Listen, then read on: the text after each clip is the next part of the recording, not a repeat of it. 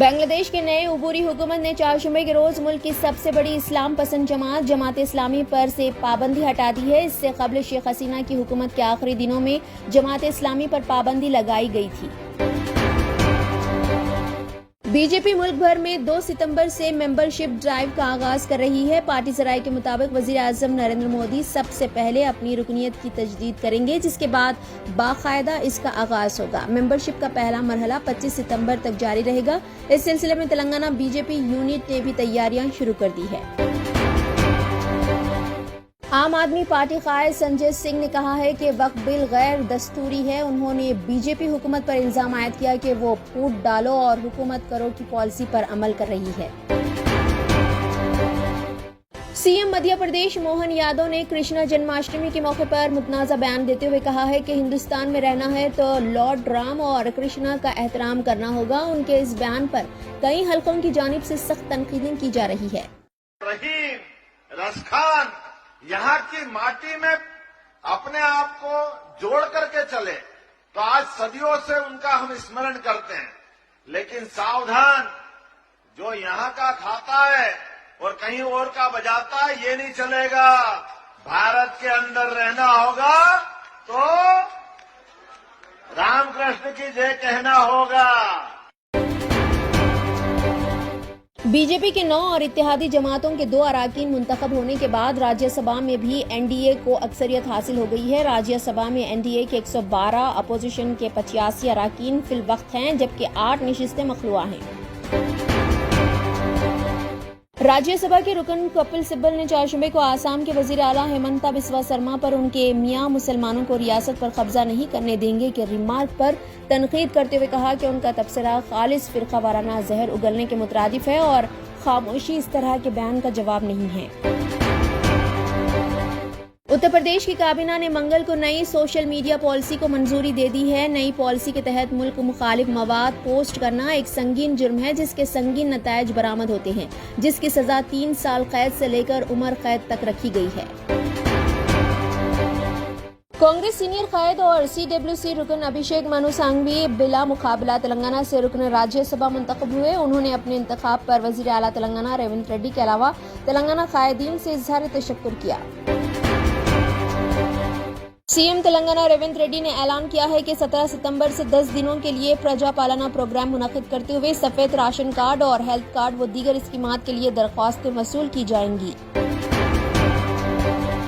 کل ہند مجلس اتحاد المسلمین کی جانب سے سرکاری اردو میڈیم اسکولز کے طلبہ و طالبات میں تعلیمی امدادی تقسیم کا آغاز کیا گیا۔ صدر مجلس بیرسٹر اویسی نے دارالسلام میں تعلیمی امداد تقسیم کی۔ جاریہ سال تقریباً 14,000 طلبہ میں یہ امداد تقسیم کی جائے گی۔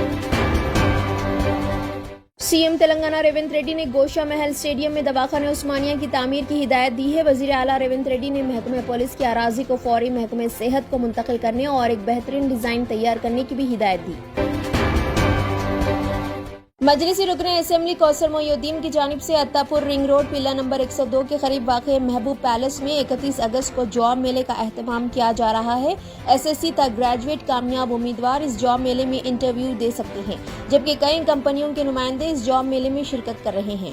حلقہ کاروان کے اندر محبوب پریڈ فنکشن ہال کے اندر 31 تاریخ کے دن صبح 9 بجے سے لے کر شام 3 بجے تک اس جاب میلہ رہے گا۔ B R S M L C Kavitha کو شراب سکیم کیس میں مشروط ضمانت حاصل ہونے کے بعد منگل کی رات جیل سے رہا کیا گیا۔ چہارشنبے کو کویتا حیدرآباد پہنچے، جہاں ان کا بی آر ایس قائدین اور کارکنوں کی جانب سے شاندار خیر مقدم کیا گیا۔ کویتا اپنے اہل خانہ سے مل کر جذبات سے مغلوب ہو گئی۔ چیف منسٹر تلنگانہ ریونت ریڈی نے چہارشنبہ 28 اگست کو کہا ہے کہ تلنگانہ تلی کا مجسمہ 9 دسمبر کو سیکریٹریٹ میں نصب کیا جائے گا۔ مورتی کے بھومی پوجن میں حصہ لیتے ہوئے ریونت ریڈی نے کہا کہ 9 دسمبر تلنگانہ کی عوام کے لیے جشن کا دن ہے۔ ہائیڈرا کی جانب سے کی گئی کارروائیوں کے بعد کمشنر ہائیڈرا اے وی رنگناتھ آئی پی ایس کی سیکریٹری میں اضافہ کر دیا گیا ہے۔ ان کے خاندان کو لاحق خطرات کے پیش نظر ان کے مکان کے قریب مدھورا نگر میں پولیس اہلکاروں کی تعداد میں اضافہ کیا گیا ہے۔ ہائیڈرا کی کارروائیوں سے جہاں عوام کافی خوش نظر آ رہی ہے تو دوسری جانب سیاسی قائدین بوکھلاہٹ کا شکار ہے۔ سی پی آئی سیکریٹری ڈاکٹر کے نارائنا نے کہا ہے کہ ریونت ریڈی شیر کی سواری کر رہے ہیں اور پیچھے اترنا خطرناک ہوگا۔ ایف ٹی ایل کی خلاف ورزی کرنے والی نوٹسوں کو چیلنج کرنے والی درخواستوں پر ہائی کورٹ نے کہا ہے کہ ایف ٹی ایل اور بفر زون میں تعمیرات کیوں چھیڑی جا رہی ہے اور ان تعمیرات کی اجازت دینے والے جی ایچ ایم سی عہدیداروں کے خلاف کیوں کارروائی نہیں کی گئی۔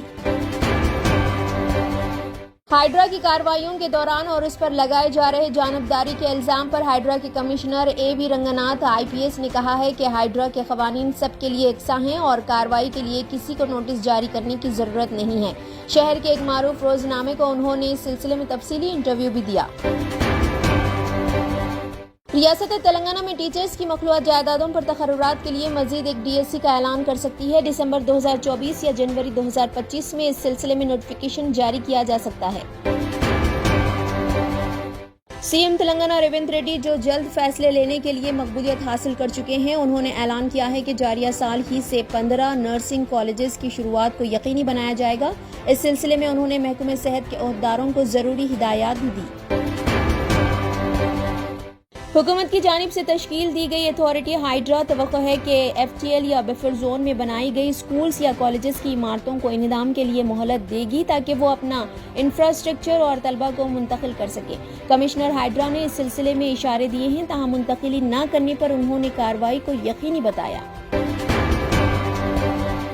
اللہ پور ولیج کوکٹ پلی منڈل میں واقع سنم چیرو ایف ٹی ایل اراضی میں واقع پدماوتی نگر کے مکینوں کو متعلقہ ایم آر اوز کی جانب سے نوٹسیں جاری کی گئی ہے، تاہم مقامی عوام کے مطابق نوٹسوں پر سال 2023 کی تاریخ درج ہے۔ کئی مکینوں نے احتجاج کرتے ہوئے نوٹس لینے سے انکار کر دیا اور تاریخ کی تبدیلی پر بھی زور دیا ہے۔ ونپتی میں واقع خانگی اسکول کے خالی کمرے میں طالبات کی جانب سے نماز ادا کیے جانے پر ہندو واہنی کے کارکنوں نے شرپسندی کی ہے اور اسکول انتظامیہ کو اس سلسلے میں انتباہ دیا گیا ہے۔ مقامی مجلس قائدین نے اس واقعے کے خلاف متعلقہ پولیس اسٹیشن میں شکایت بھی درج کروائی ہے۔ بچہ ہمارا بچہ ہے، ہم فادر ہے، اس طرح بچے کو پڑھائے نا۔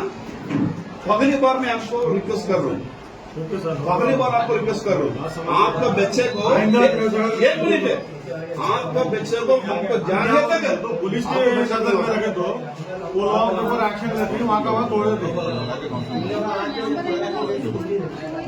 میں آپ سے بول ایڈیٹر روزنامہ سیاست اور کانگریس ایم ایل سی عامر علی خان کے اعزاز میں ایک تہنیتی تقریب منگل کو رویندر بھارتی میں منعقد کی گئی۔ اس تقریب کی صدارت سابق ایم پی ہنمنت راؤ نے کی، جبکہ ریاستی وزیر پورنم پربھاکر کے علاوہ M P Tariq Anwar, M L C B Mahesh Kumar Goud, Danam Nagender رکن اسمبلی اور محمد علی شبیر ایڈوائزر تلنگانہ حکومت نے شرکت کی۔ اس موقع پر عامر علی خان کو تہنیت پیش کی گئی۔